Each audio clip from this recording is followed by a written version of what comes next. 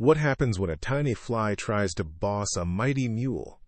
Get ready for The Arrogant Fly and the Wise Mule, a story where we learn who truly holds the power. On a warm, sunny afternoon, a sturdy, grayish-brown mule was steadily pulling a wooden cart down a dusty country lane. The cart creaked softly with each turn of the wheel, carrying its cargo and the kind farmer, his master. Soon, a tiny, bright green fly with shimmering wings decided to join their journey. It buzzed lazily in the warm air, seeing the world from a new perspective.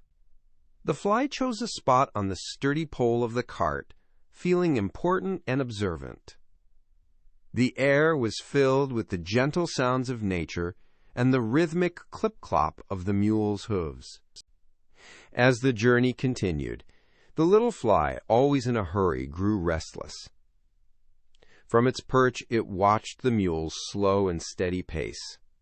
"Goodness, this is taking forever!" thought the fly, tapping its tiny legs impatiently. It buzzed around the pole, feeling very important and in charge of the situation. The fly imagined itself as the true driver, a tiny captain guiding a ship across the land.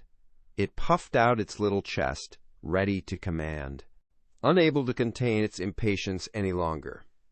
The tiny fly flew close to the mule's ear and buzzed loudly. "Hey, you slowpoke mule!" it called out in a tiny but demanding voice. "How slowly you pull this cart! Go faster, I am in a great hurry!" The fly fluttered its wings furiously, convinced its words had great power. "Don't dawdle, or else I will prick you with my sting," it threatened, feeling very brave.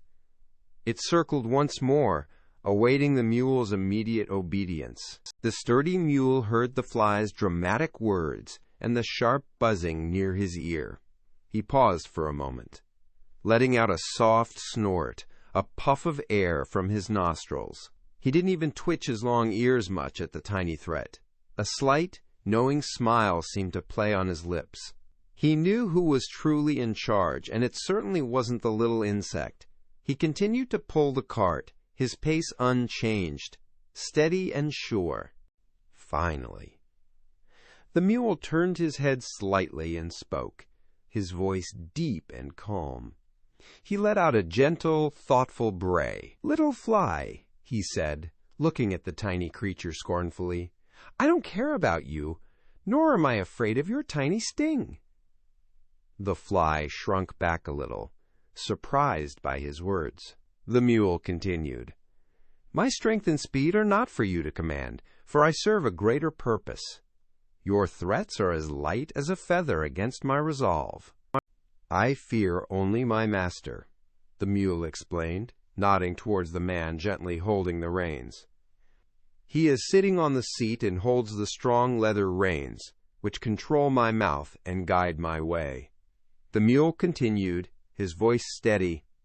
"His sharp whip, though rarely used, dictates how I go and when I must change pace. He knows best when we should go slow and when we should run." The fly listened, truly understanding for the first time. "So, little fly," the mule concluded, resuming his steady pace, "stop your silly threats. I know exactly when I must go fast and when I must go slow, for my master guides me." The tiny fly, humbled and a little embarrassed, realized the truth of the mule's words. Its buzzing demands had been meaningless. It settled quietly back onto the cart pole, watching the world with new respect for the mule's wisdom and the master's control. The journey continued peacefully under the warm sun and Sakimasashik. From that day on, the fly understood a very important lesson. True power and authority come from wisdom, experience, and responsibility, not from loud words or empty threats. The mule knew his place and purpose, showing that real strength lies in knowing your role and trusting your true guide. Just like the mule, we should always respect those who truly lead and understand that big words don't always mean big power.